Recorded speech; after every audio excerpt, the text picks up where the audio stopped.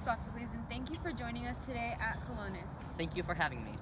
Okay, let's start. We want to begin by asking, do you try to be original or deliver to readers what they want?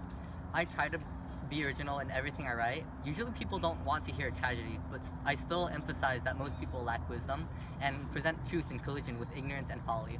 In addition, I am the first person to introduce a third character into the dramatic performance. What was an early experience where you learned that language had power? An early experience where I learned that language had power was when I was with my music teacher, Lampus. I was chosen to lead the main chorus, and it gave me inspiration. Did your family support your career as a writer? I was born at Colonus, a village outside the walls of Athens, where my father, Sophilius, was a wealthy manufacturer of armor. I myself had a good education. Because of my family's wealth, I was provided with a cushion to fall back on in case my writing career did not take off. Where did you get your information or ideas for your story? I am inspired by human nature and how we react to many things. My plays involve themes such as the relationship between man and the gods, and how man reacts in certain problematic situations. For example, how society will react when an unjust law has been caused by a dictator. Will there be a person that devised the unjust laws? These types of questions form the basis of my plays. And to finish your interview, we ask you, what do you think makes a good story? What I think makes a good story is incorporating the role of politics into the story. In many of my plays, such as Oedipus Rex and Antigone, I try to emphasize the importance of a democracy rather than a dictatorship. I show how one person cannot rule a country or kingdom by his or herself. When a dictator rules, it usually ends in misfortune. Thank you for your insightful answers. We hope to see you again soon.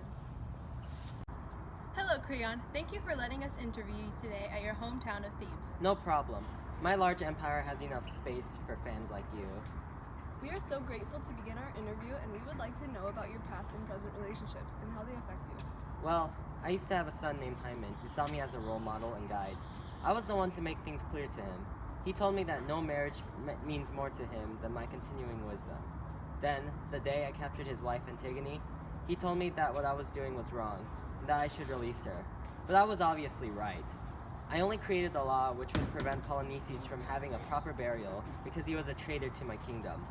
Capturing Antigone and Ismene, the next heirs to the throne, was only a bonus. Anyways, he's dead now. He committed suicide right in front of me.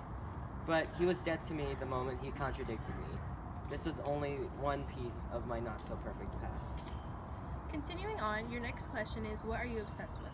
Well, you see, there's this new trend. I'm not sure if you heard. It's called slime. It's very gripping and good for stress relief, because it's quite hard to rule a kingdom.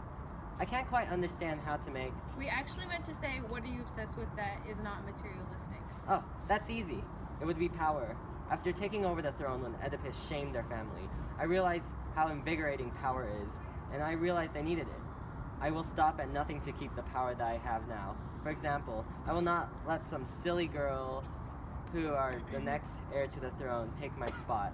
I almost succeeded in killing them off, but that infuriating girl Ismene is still alive.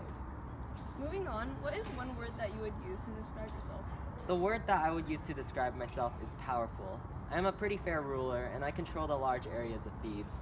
Although I agree that denying Polynices a burial was harsh, he deserved it since he was a traitor. I believe that I am powerful because of the lengths that I got into to keep my power. Are you a leader or a follower? Most people would say that I am a follower because of all the time I spent under the rule of Oedipus. But in my opinion, I am a leader because I know how to get power and keep it. What are your long-term goals? Once again, my long-term goal is simple: to have more power. I wanted to be the most powerful in the end, and I think I achieved it since I am the sole ruler of Thebes. Thank you for sharing with us today. You're welcome. Creon, it is not right if I'm wrong, but if I'm young and right, what does my age matter? Hymen, you think it's right to stand up for an anarchist? Not at all. I pay no respect to criminals. Then she is not a criminal. The city would deny it to a man. And the city proposes to teach me how to rule. Who is it now who's talking like a boy? My voice is the one voice giving orders to the city. It is no city. It takes orders from one voice. The state is the king. Yes, if the state is a desert. This boy, it seems, has sold out to a woman. If you're a woman, my concern is only for you. So, you're concerned? In a public brawl with your father? How about you in a public brawl with justice? With justice, when all that I do is within my rights? You have no right to trample on God's right. Fool! Adolescent fool! Taken in by a woman! You'll never see me taken in by anything vile. Every word you say is for her! And for you, and for me, and for the gods under the earth. You'll never marry her while she lives! Then she must die, but her death will cause another. Another? Have you lost your sense? This is an open threat. This is no threat, it's speaking to emptiness. I swear you regret this superior tone of yours. You are the empty one. If you were not my father, I would say you would be preferred. You girl-struck fool, don't play your words with me. I'm sorry, you prefer silence. Now, by God, I swear, by all the gods in heaven above us, you'll watch it. I swear you shall. Bring her out. Bring the woman out. Let her die before his eyes. They are dead. The living are guilty of their death. Who is guilty? Who is dead? Speak! Hymen is dead, and the hand that killed him is his own hand. His father's or his own? His own, driven mad by the murder his father had done. Tiresias, how clearly you saw it all. This is my news. You must draw what conclusions you can from it.